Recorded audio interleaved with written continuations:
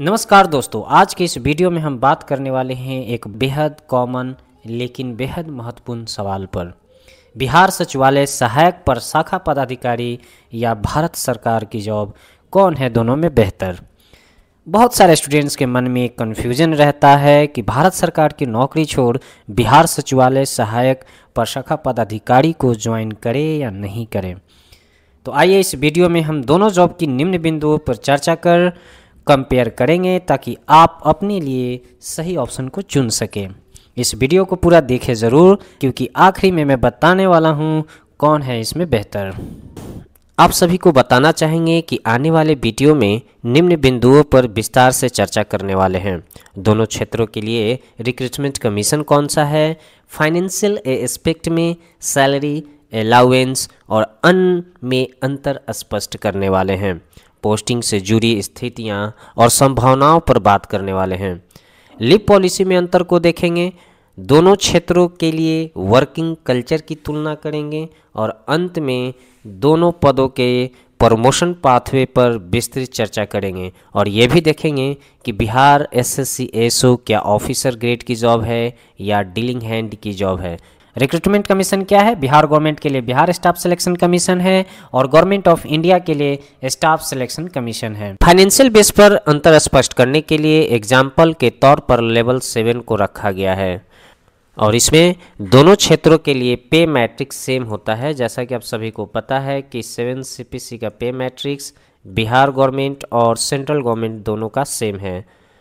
तो लेवल 7 का बेसिक शुरुआत होता है 44,900 से। भारत सरकार में भी 44,900 है और बिहार सरकार में भी 44,900 है। डीए का रेट अभी प्रेजेंट में 58% चल रहा है, तो 58% के रेट से बनते हैं 26,042 रुपये।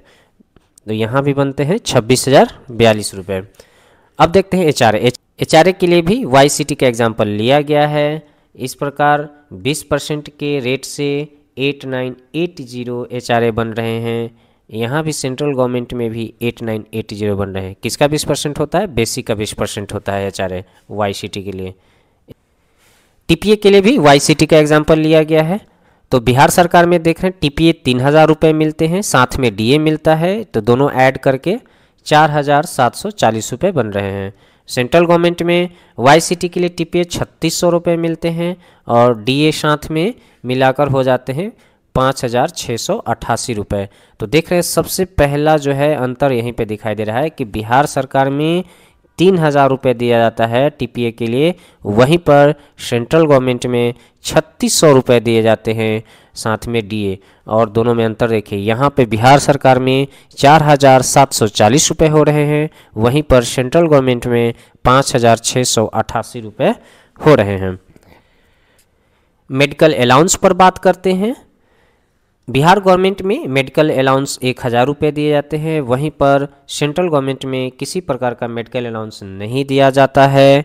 मेडिकल सुविधा से संबंधित चर्चा वीडियो की आगे आने वाले पार्ट में करेंगे, इसलिए आप सभी वीडियो को अंत तक ज़रूर देखें।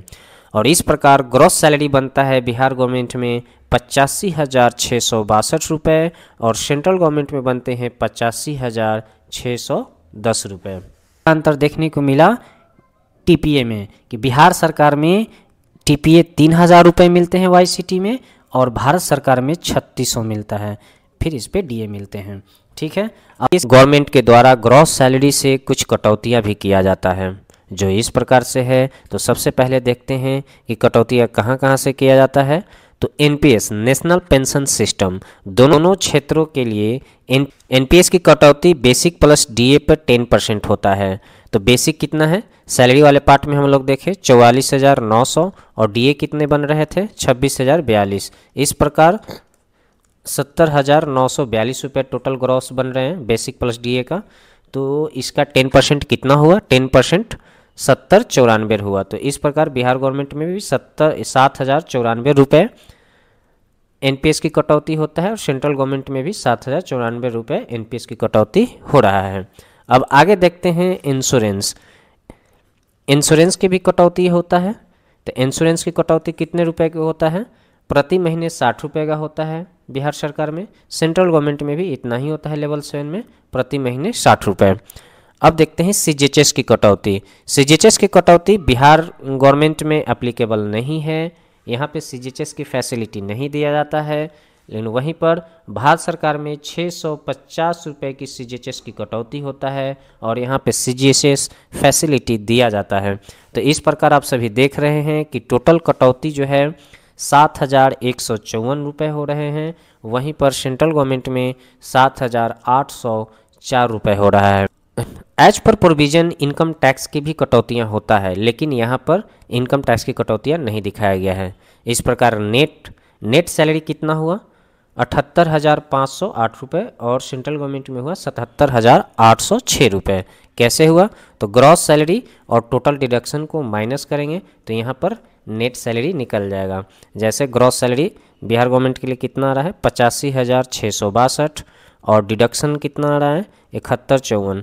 आप यहाँ पे माइनस करेंगे तो इतना आ रहा है 78,508 रुपये।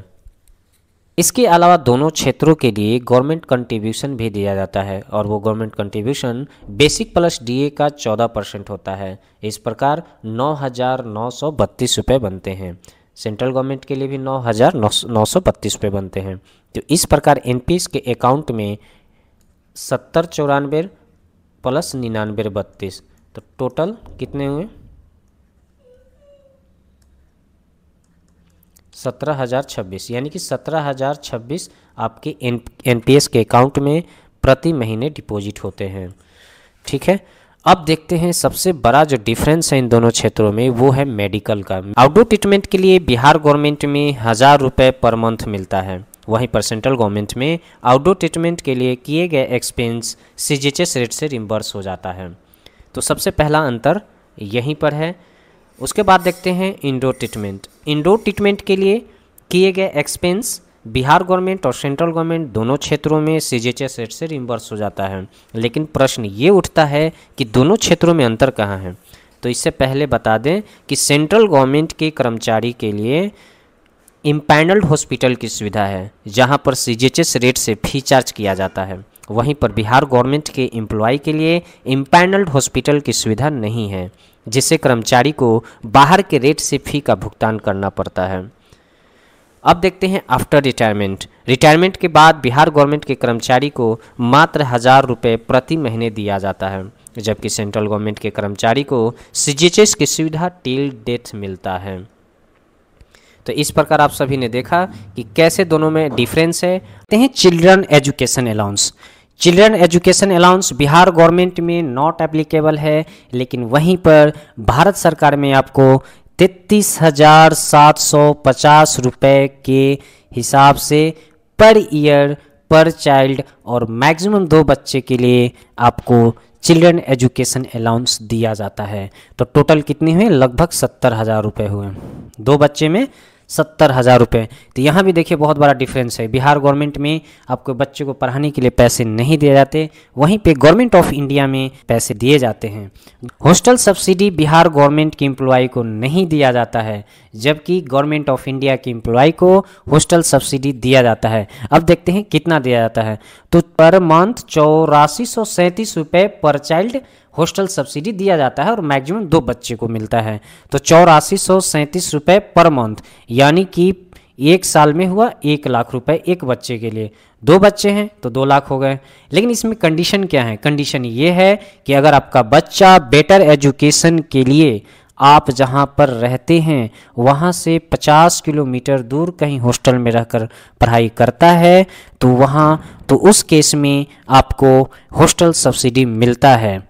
ठीक है, तो ये 2 डिफरेंस देखने को मिला कि children education allowance Bihar government में नहीं है, हॉस्टल सब्सिडी बिहार गवर्नमेंट में नहीं है, लेकिन भारत सरकार में चिल्ड्रन एजुकेशन अलाउंस के साथ साथ हॉस्टल सब्सिडी भी दिया जाता है। तो देख रहे हैं कितना बड़ा डिफरेंस है। ये फाइनेंशियल एस्पेक्ट से बहुत बड़ा डिफरेंस है मेडिकल अलाउंस, सीए और हॉस्टल सब्सिडी में। अब देखते हैं लीव को लेकर। लीव में दोनों में क्या अंतर है?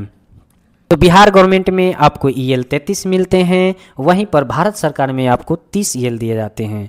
बिहार सरकार में कैजुअल लीव 12 दिए जाते हैं, वहीं पे भारत सरकार में 8 दिए जाते हैं।